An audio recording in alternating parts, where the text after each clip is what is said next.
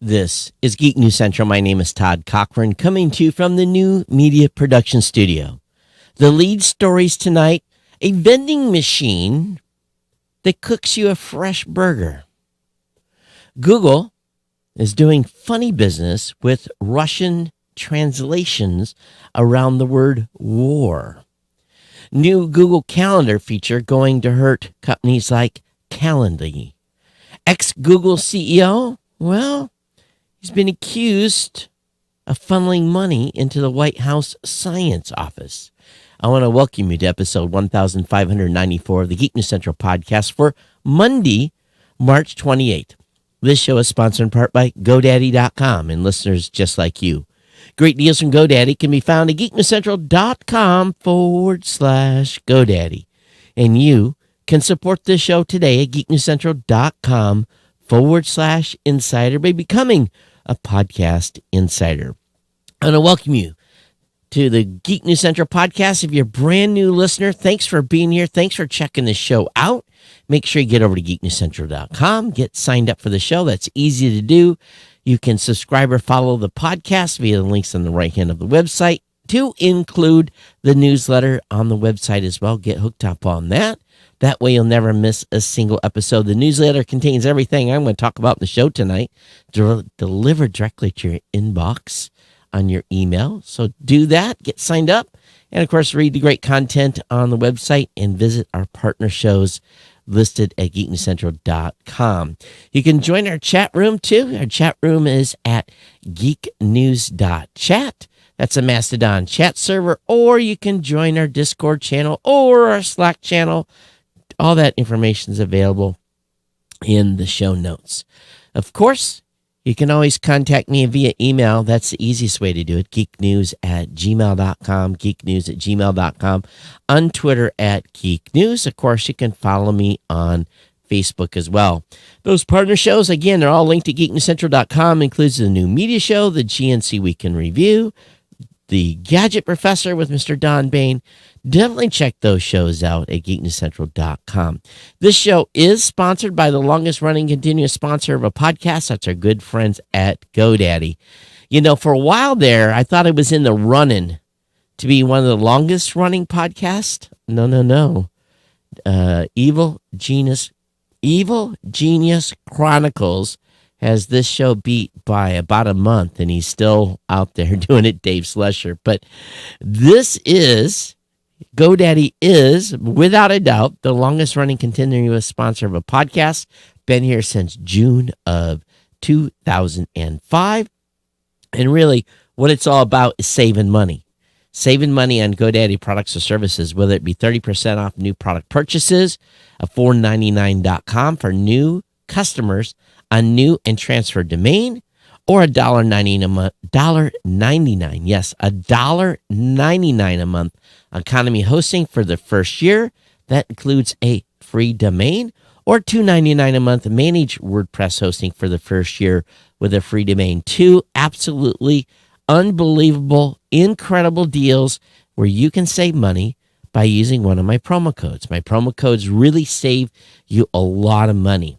And it depends on the deal, but it's really, I think, close to 90%. 90% savings on products and services at GoDaddy.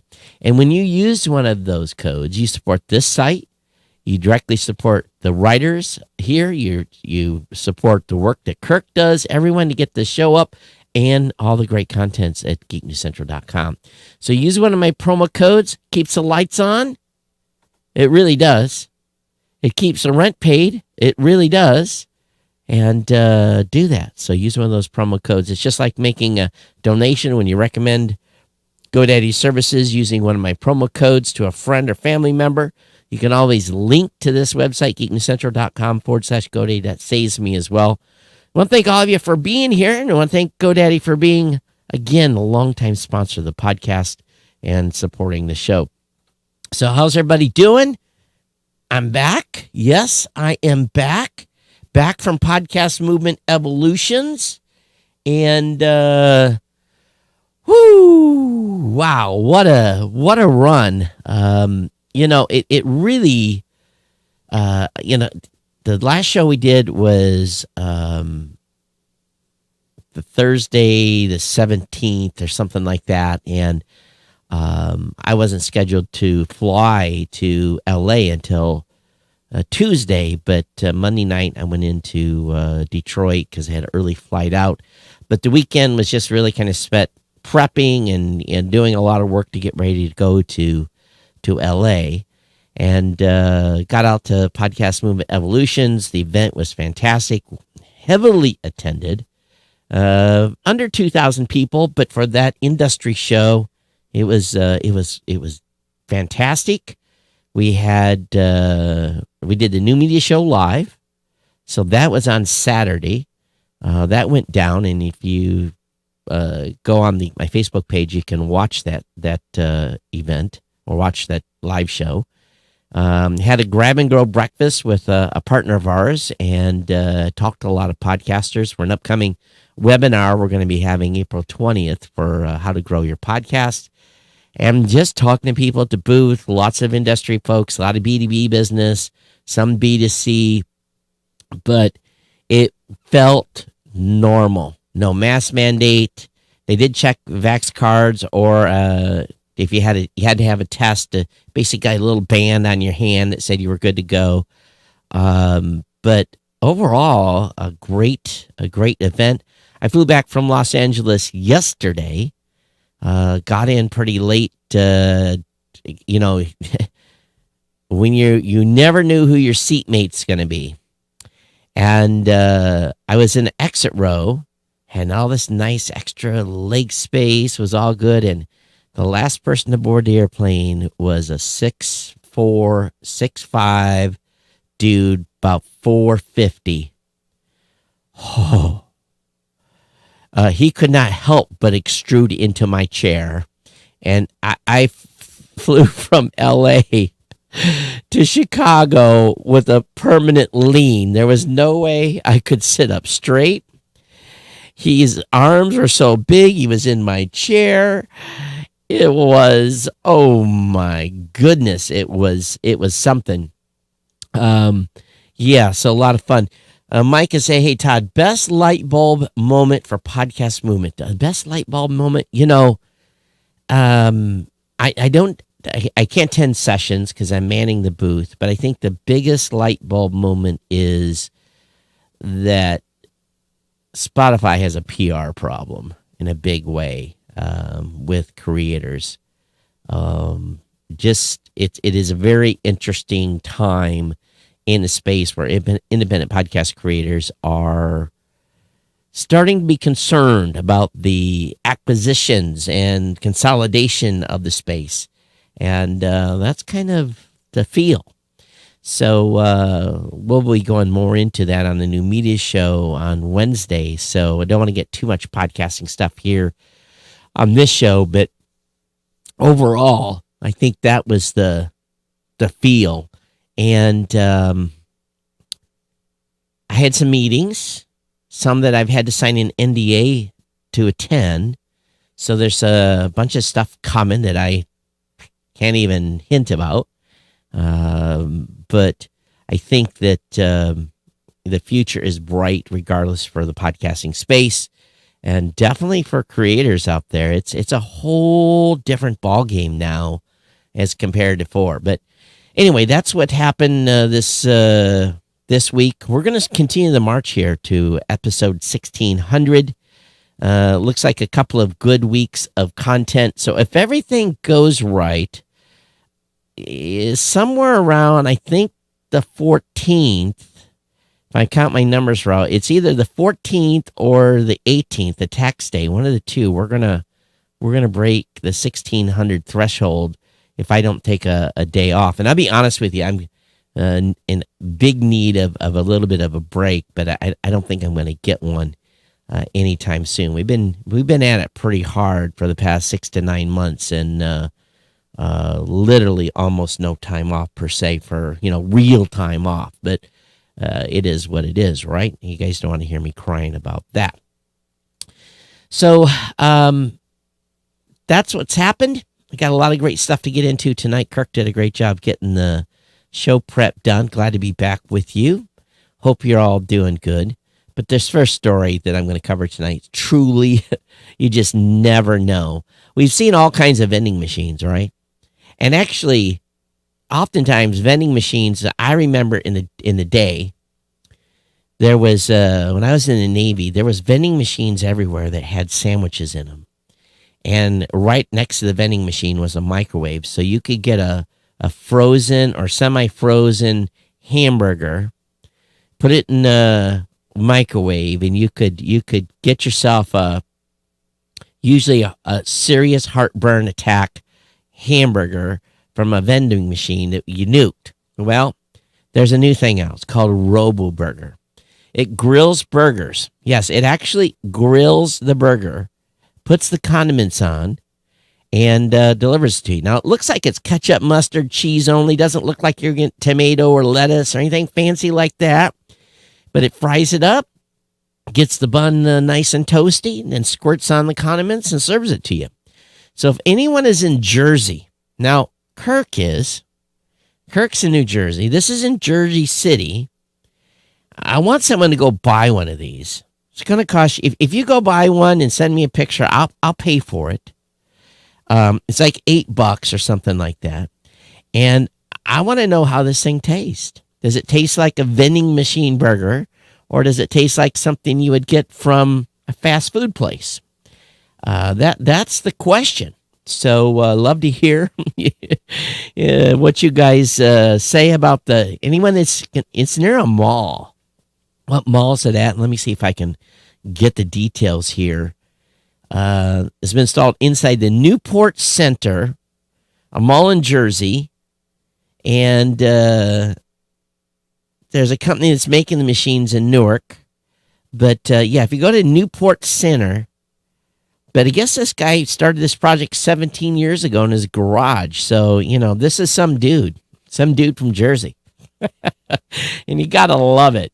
So, the RoboBurger is alive and well, and it cooks it for you on a skittle or whatever that's called. And anyway, definitely check it out. Something was going on there. Had a little scratch of the audio. Google, boy, oh boy. I read this and I go, Google ordered Russian translators not to call war in Ukraine a war. Internal emails show that despite its anti-war stance, the company bowed to the Kremlin's decrees. Contractors working for Google to translate company text for Russian market received an update from their client effective immediately. The ongoing Russian war against Ukraine could no longer be referred to as a war, but rather only vaguely as extraordinary circumstances. The internal email obtained by The Intercept was sent by management at a firm that translates corporate text and app interfaces for Google and other clients. The email passed along instructions from Google with new wording. The instructions also noted the word war should continue to be used in other markets, and that the policy change was intended to keep Google in compliance with a Russian censorship law enacted just after the invasion of Ukraine. Asked for guidance, Google spokesperson Alex Karasov told The Intercept, while we pause Google ads in the vast majority of our commercial activities in Russia, we remain focused on the safety of our local employees. As been widely reported, current laws restrict communications within Russia. This does not apply to our information services like search and YouTube. According to a translator who spoke to The Intercept, the order applies to all Google products translated into Russian, including Google Maps, Gmail, AdWords, and Google's policies and communications with users. The translator asked for anonymity to avoid reprisal. So, while Google swiftly declared its support for Ukraine, can't call a war. And it's all in the language, right? It's an extraordinary circumstance. So shame on Google for bowing to this.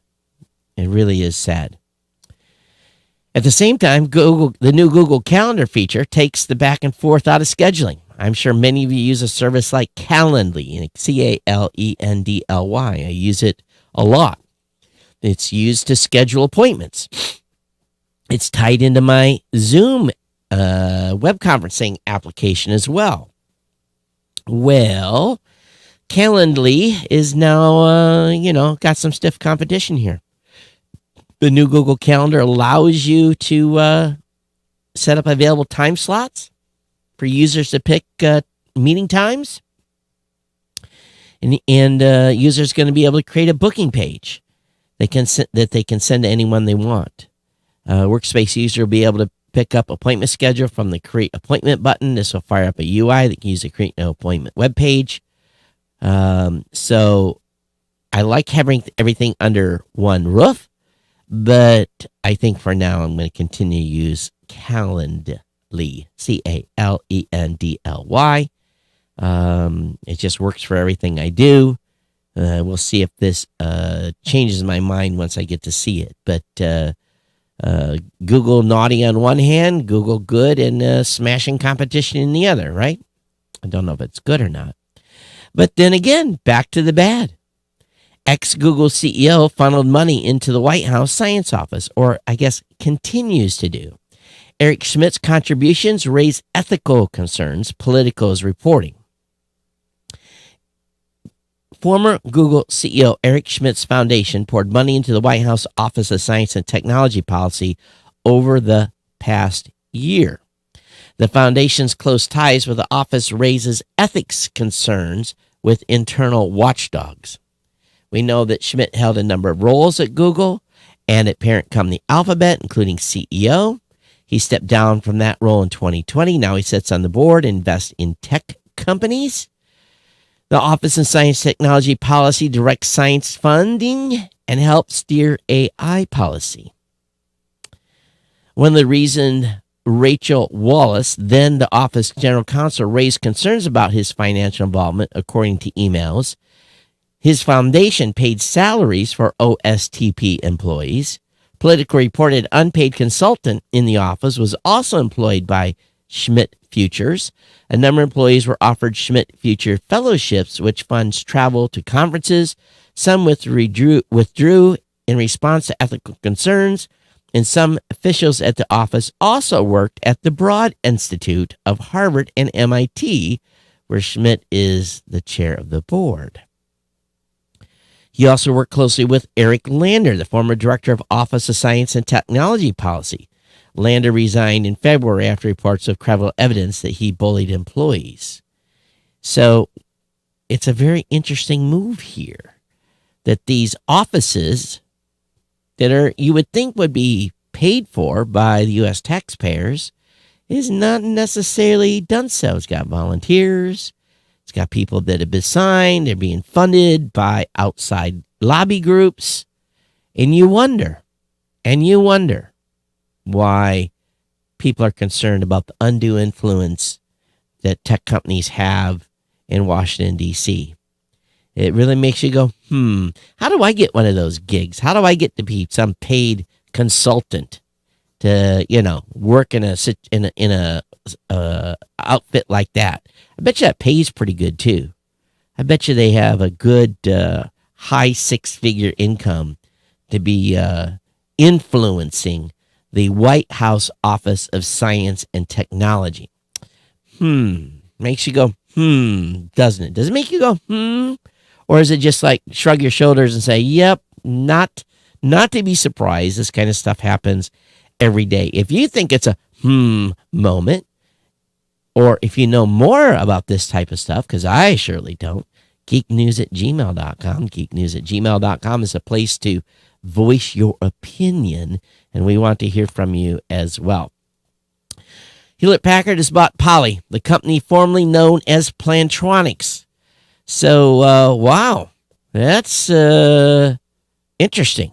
Plantronics, now Poly's long independent streak is coming to an end. Reuters report HP is acquiring Poly in an all-cash deal worth $3.3 billion.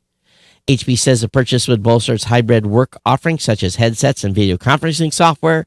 The computing giant didn't say if Poly would still operate as a distinct brand or retain its CEO. but the deal is expected to close by the end of 2022.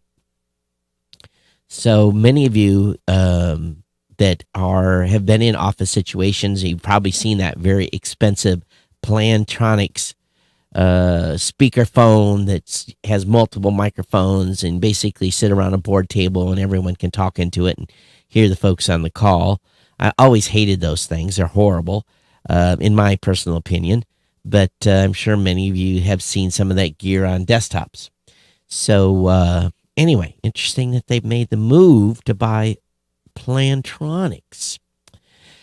Google Maps blocked 100 million abusive edits in 2021 thanks to an AI.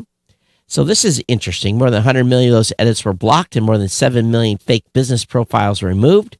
To police abusive behavior on the platform, the company used a combination of AI models and human operators. So Google also foiled more than 12 million attempts to create fake profiles and 8 million fraudulent attempts to claim a business profile. More than 1 million accounts were also deactivated for violating Google's policy against online vandalism or fraud. On top of this abuse, Google Maps also saw a rise in attempts to use fake reviews to hurt local businesses. Google said it blocked more than 95 million policy-violating reviews, over 60,000 which were taken down to COVID-related instances. So that's interesting.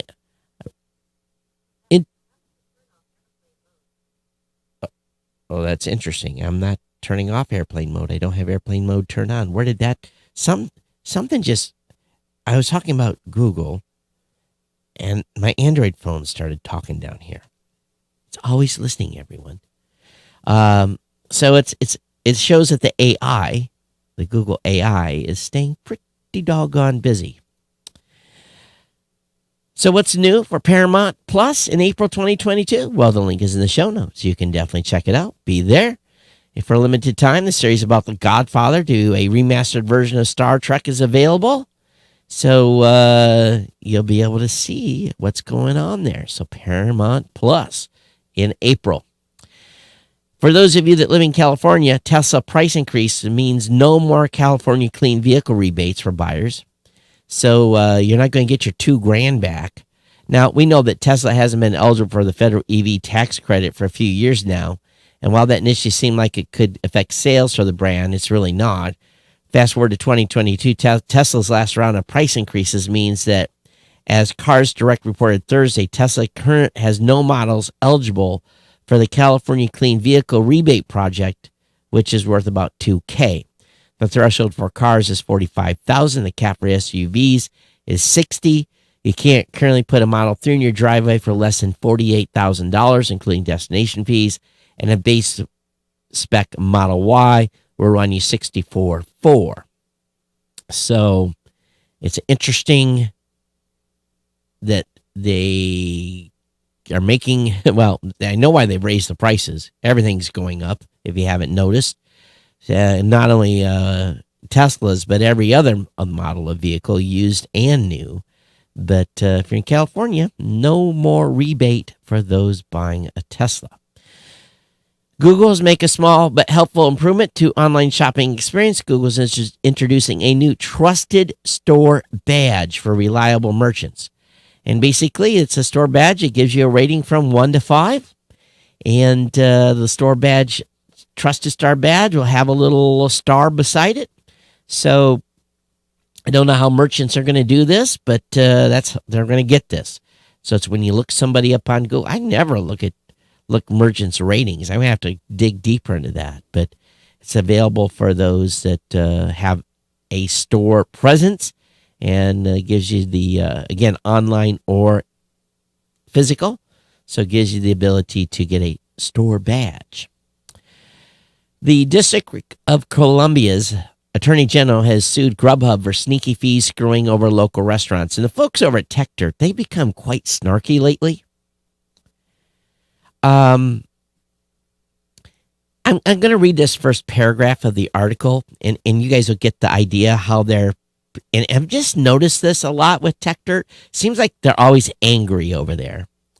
So here's an article from Carl Bode. He says, U.S. regulatory enforcement and punishment for companies that rip consumers off with sneaky fees is not what we would call consistent. For example, the telecom and cable industries have long exploited a wide array of BS fees, and I abbreviated that, to jack up advertised prices with only fleeting penalties. The same can be said for banking, airline, hotel, and numerous other industries that happily nickel and dime users. At some point, it became the regulatory policy norm in the United States to tactfully approve ripping your customers off, provided you're just marginally clever about it. Punishment for false advertising, lower prices, or ripping consumers off can often be hard to come by. So last week, District of Columbia noted he'd be suing Grubhub for both misleading fees and a variety of other dodgy business practices. I wonder if Carl's a fan of Grubhub. Currently, to the Attorney General, Grubhub misled district residents, took advantage of local restaurants to boost its own profit, even as district consumers and small business struggled during the Rona pandemic. Grubhub charged hidden fees and used bait and switch advertising tactics, which are illegal. It goes on and on and on. And then Tector ends this by, of course, broadband providers ripped off users due to the pandemic in a variety of different ways, including completely arbitrary, unnecessary fees and So he says this may be fitting for Grubhub. What about everyone else? I think he's maybe got a little bit of a point. So Spotify, and I hate, to be honest with you, we may have to go on a story ban for Spotify here, but Spotify last year bought a company called Podsy. Its acquisition was used to test of basically they've integrated it into Spotify now, where you basically can scroll like TikTok and get a sample of shows that they think you'd like to listen to.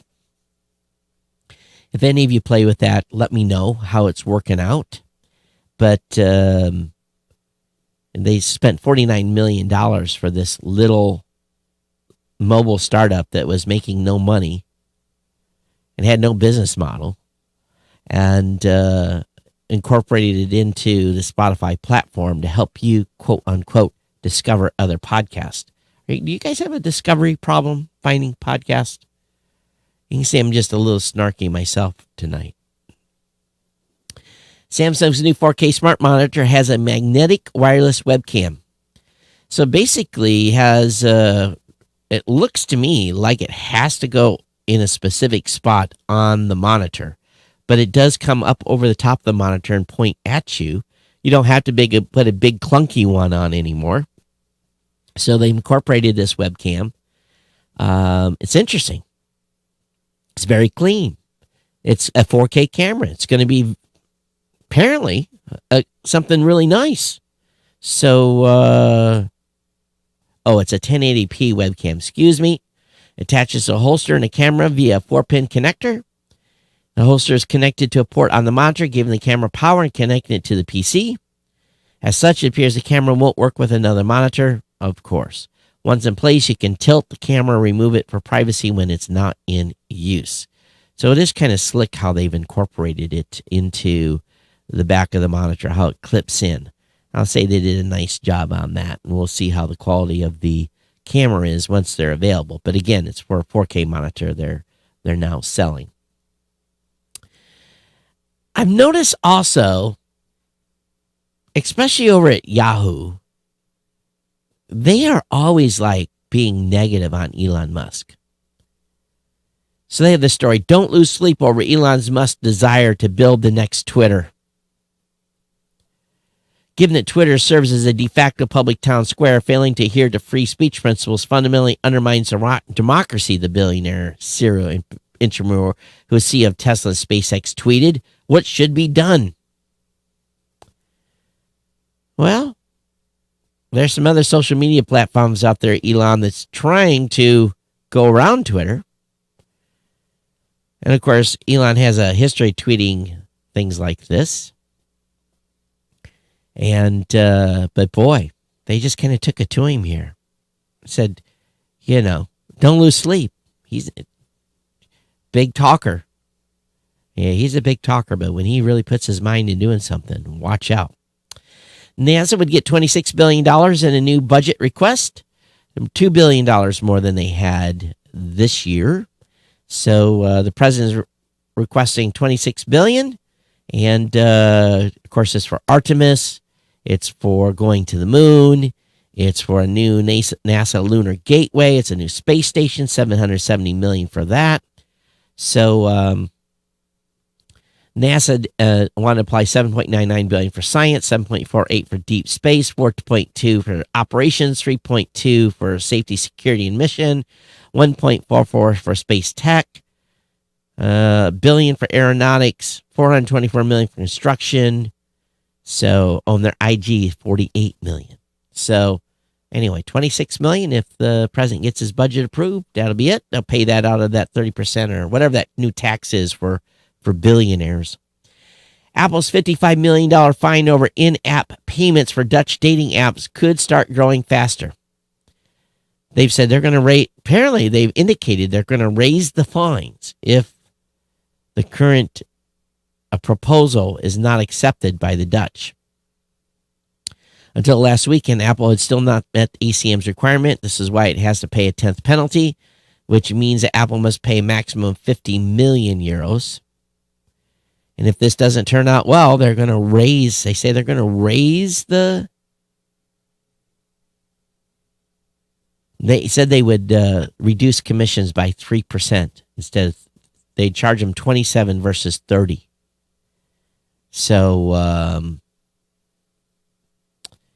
well, we'll see here. And, here's the thing. This statement that was made, and let me read it.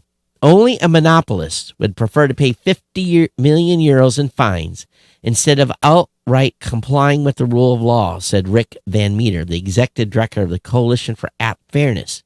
We support the ACM's persistence in holding Apple accountable these past 10 weeks. The CAF is made up of groups of companies that advocate for competition and accountability for app stores, with the founding members that include Epic Games, Spotify, and Tile. So I love how they said that only a monopolist would prefer to pay $50 million in fines.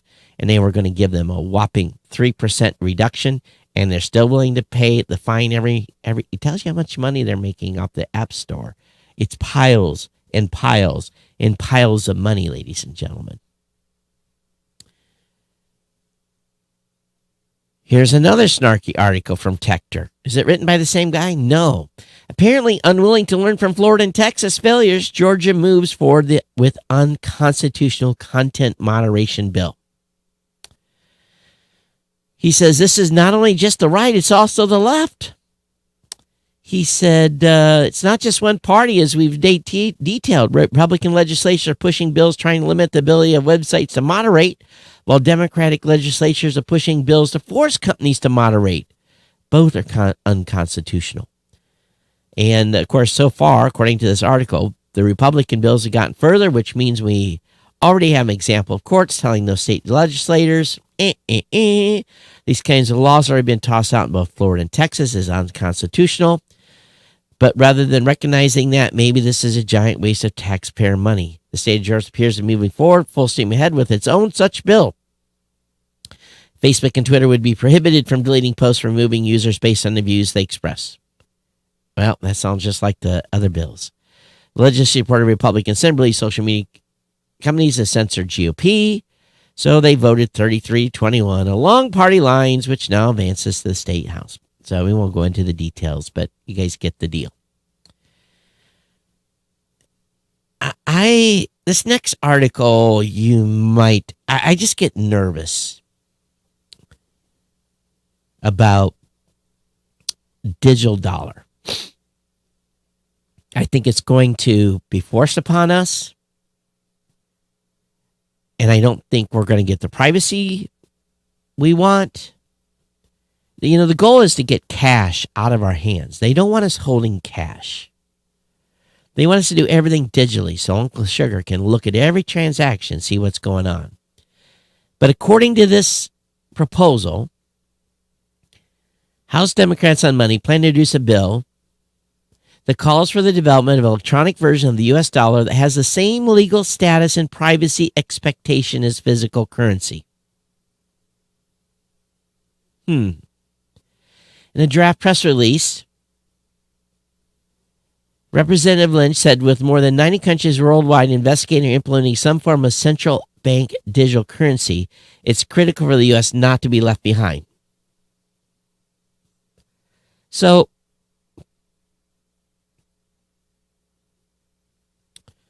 Ron Gray, assistant professor at the law at Wilmette University, provided advice on drafting the bill and told the Register that unlike other digital dollar proposals, e-cash would not be issued by the U.S. Federal Reserve and thus would not be a CBDC, nor, he said, would involve any sort of blockchain, distributed ledger, or other intermediate account. Instead, it would be a purely peer-to-peer capable of offline transactions and able to be helped and used completely anonymously like physical cash is today. I don't believe it. Don't believe it. Gray said that while Federal Reserve likes to say it's the agency responsible for managing U.S. currency, other U.S. Treasury bureaus like the U.S. Mint, the Bureau of Engraving and Printing, and the Bureau of Fiscal Services, as well as USPS, have historically overseen public monetary technologies.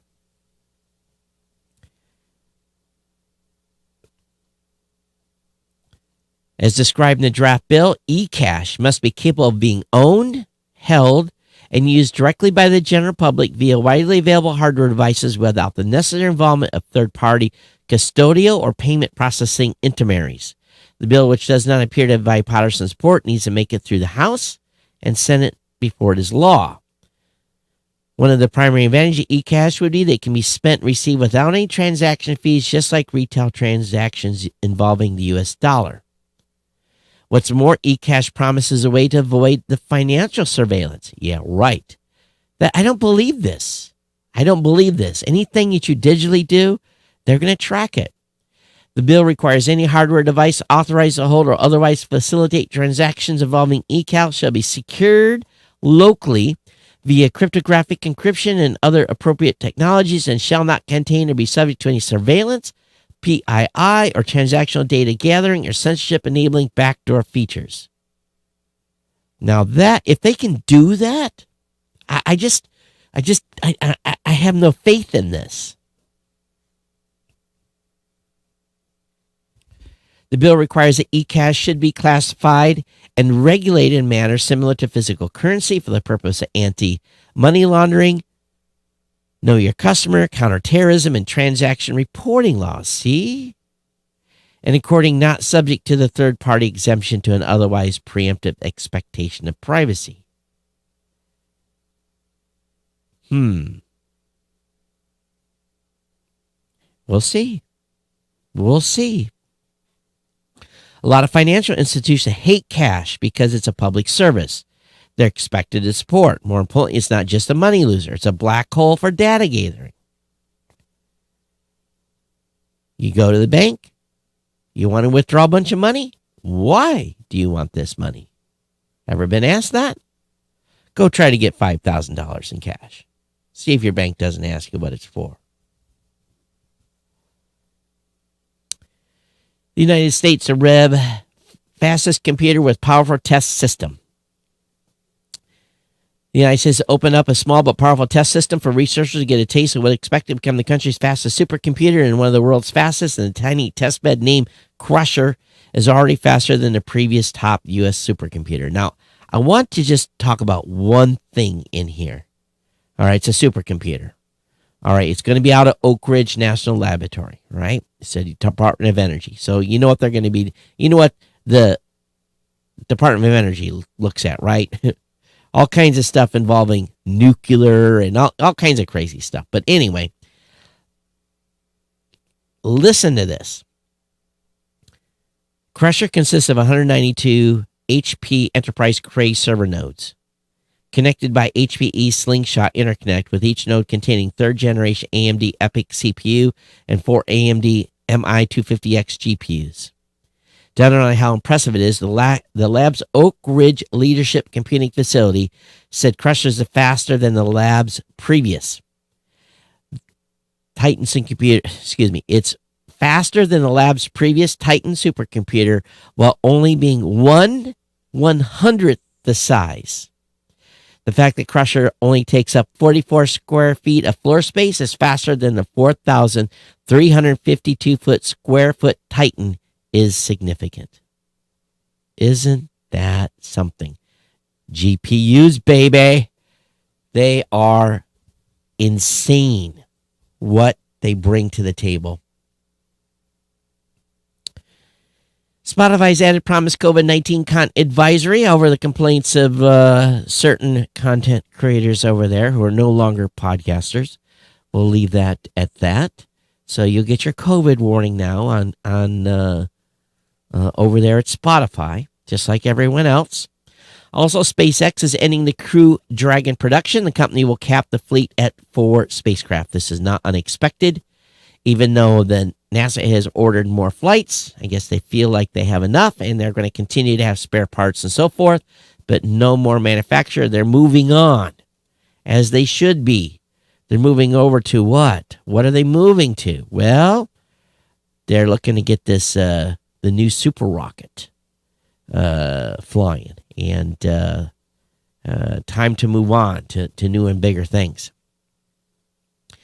There's a data scientist suing IBM claiming he was discriminated against as a man. Says he wasn't given leave options available to women colleagues. It's an interesting read. We'll see what happens with this one. Don't know if it'll go anywhere.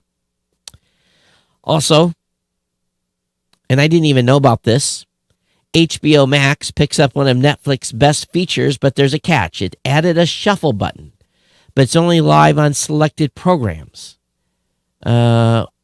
What is the shuffle button? It works by randomly playing episodes from any of the 45 shows supported by the feature. Oh, this is Netflix Play Something button has been a boon for many subscribers who can't decide which show to watch. Oh, okay, so that's what it is. You get to shuffle. You get to go, it'll find something for you. Let's see here. What else? Apple cut production of Oh, this pisses me off. Wait till you hear this. Wait till you hear this. Just listen for it. Apple will cut production of iPhones and AirPods as economic pressure from the Ukraine crisis are expected to hit consumer demands, a report says. Apple cut production of iPhones and AirPods as economic pressure from the Ukraine crisis. Accelerated inflation as a result of the Ukraine crisis is seen affecting consumer purchasing. They are in. If you think inflation is being caused by the Ukraine crisis, we've all been shopping before this Ukraine crisis happened, right? Prices were already going up. They're blaming the Ukraine crisis as causing inflation. Oh, my. Could it be we printed too much money? Could it be? My God. It's unbelievable. Could it be we've shut down stuff here that doesn't make us energy dependent? And that's Ukraine's fault? Oh, man. How the narrative flows.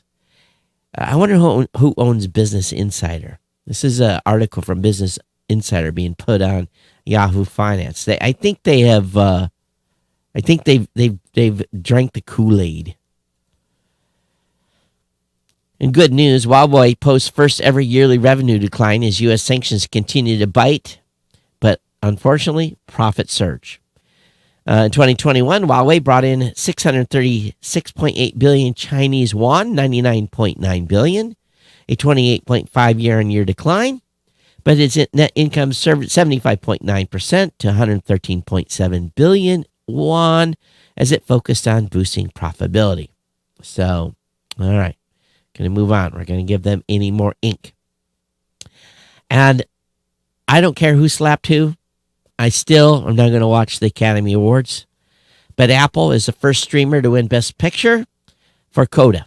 So anyway, the according to a chart I saw today online, the viewership was dropping off like a rock, and then Will Smith came up and smacked somebody in the face, and the ratings went through the roof. Everyone tuned in to watch the slugfest. So, was it real? Was it a manufactured event? Was it to get ratings up? Or did just Will Smith have a bad night? Therein lies the question. Okay, we're going to get to the end of the show here, and here's what we have got to do. We're still running the contest for the backgrounds. For the backgrounds behind me. For those of you who watch the show live, we're looking for some new backgrounds for the show, and going to have a prize. So if you want to submit some new backgrounds for the show, all you have to do is make them 1920 by 1080. Submit them to me, geeknews@gmail.com. So we're on the clock here, so you got a little time left. And if you want to submit some backgrounds, please do so. Otherwise, geeknews@gmail.com, geeknews@gmail.com. Don't forget to support our sponsor over at GoDaddy, geeknewscentral.com/GoDaddy. And most importantly, if you're not an insider yet, we definitely appreciate it when you sign up to support us with a $2, $5, $10, $15, $20, or $25 donation. Value for value. If I'm giving you value for this show,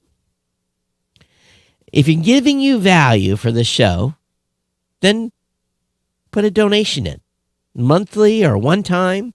If you're getting any value from the show, if each and every one of you give me what you think the show is worth, is it worth $2 a month? And every one of you did that, we could change the world. But all of you have to sign up for $2 a month. And if I'm not worth $2, then I guess enjoy that cup of coffee that you spent $5 for. So, we thank those of you that are insiders. Definitely appreciate it. And as always, geeknewscentral.com is a place to find all the great content. If you've noticed, we've upped the count of new articles on the website. You're seeing more there. You kind of rearranged the budget a little bit. So appreciate it when you come over to the website and like an article or retweet it or whatever it may be. So with that, I'm going to get out of here. Be back with you next Thursday night as our countdown to 1600 continues. It's been my pleasure to bring you a show tonight. Thank you so much for being here. Everyone take care. We'll see you next time here on the Geek News Central podcast.